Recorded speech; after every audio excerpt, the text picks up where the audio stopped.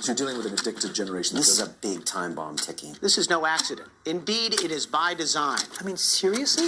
It was my mistake. I mean, I think we can all feel it. To try to make these products as addictive as 400% possible. spike in dopamine. We now know that many of the major social media companies hire individuals called attention engineers who borrow principles from Las Vegas casino gambling, among other places, to try to make these products as addictive as possible. That is the desired use case of these products, is that you use it in an addictive fashion because that maximizes the profit that can be extracted from your attention and data. It literally is a point now where I think we have created tools that are ripping apart the social fabric of how society works. That is truly where we are. The way the technologist Jaron Lanier puts it is that these companies offer you shiny treats in exchange for minutes of your attention and bytes of your personal data, which can then be packaged up and sold. What happened is that the attention economy and this race for attention got more and more competitive. And the more competitive it got to get people's attention on, say, a news website, the more they need to add these design principles, these more manipulative design tactics, as ways of holding on to your attention. You don't realize it, but you are being programmed. Social media tools are designed to be addictive. The actual desired use case of these tools is that you fragment your attention as much as possible throughout your waking hours. That's how these tools are designed to use. Well, we have a growing amount of research which tells us that if you spend large portions of your day in a state of fragmented attention, so large portions of your day where you're constantly breaking up your attention, take a quick glance, do it, just check, and just quickly look at Instagram, that this can permanently reduce your capacity for concentration. I'm especially worried about this when we look at the younger generation coming up, which is the most saturated in this technology. It's very addictive because if you pull on the slot machine arm enough, you will win.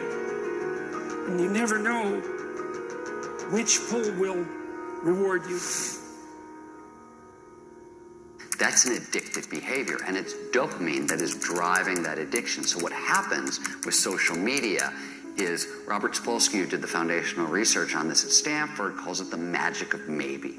When you look at your phone and maybe there's a text there and maybe there's not, and you don't know, when it shows up, that high you get, that's dopamine. It's the magic of maybe. Maybe it'll be there, maybe it won't. When it shows up, you get a 400% spike in dopamine. That is roughly the same amount of dopamine as you're getting from cocaine. It's slightly less than an extremely addictive drug like cocaine. And that's what's happening. We really care what other people think of us. So, for example, when you upload a new profile photo of yourself on Facebook, that's a moment where our mind is very vulnerable to knowing what other people think of my new profile photo. And so when we get new likes on our profile photo, Facebook, knowing this, could actually message me and say, oh, you have new likes on your profile photo.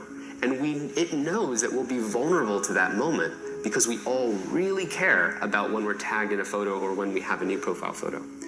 And the thing is that they control the dial. The technology companies control the dial for when and how long your profile photo shows up on other people's news feeds. So they can orchestrate it so that other people more often end up liking your profile photo over a delayed period of time, for example, so that you end up having to more frequently come back and see what the new likes are. And it's literally rewiring our brain. Even social media, the challenge is, with these terms like Facebook depression and everything, because What's that? this is social media depression, because whereas everyone's looking at their feed and they're comparing their lives to other people, their highlights of other people's lives. Wow. And there's actually less life satisfaction, more sadness, depression, and stuff like that. And it's interesting because if you think about things that, routinely produce a lot of dopamine, alcohol, for example, there's a drinking age, right? We have a drinking age. Alcohol releases a whole lot of dopamine. It makes you feel really, really good. We say, okay, you can have that, but you've got to wait. You've got to be 21 years old. We don't do that with social media. We're, essentially putting highly addictive drugs into the hands of kids before they have any natural defenses against them. And what you're seeing with internet addiction, with social media addiction, is the same thing over and over. It's people trying to change their state of consciousness with a device, trying to get at the underlying neurochemical chemistry, and it's very, very addictive. And so I would say the problem with the gadgets, and they're amazing things, is that they interfere with they proximately interfere with medium to long-term goals, I would say. And so I think the first thing you have to do to bring them under control is figure out what it is that their use is interfering with. It has to be something important. So you think, well, I want to do something important. What is that? Oh, it could be personal. Maybe you want to have a relationship. You want to get married. You want to have kids. You want to have a career that's meaningful. You want to have a life. You want to have an Abrahamic adventure and be the father of nations, let's say. Well, you can't be ratting away on your cell phone and doing that. And so I think part of it is to set your sights high and make a plan and figure out who you could be and see if obsessive utilization of smartphone fits into that vision of nobility. And it will partly, because they're unbelievably powerful communication devices, but so often it's for lack of something better to do.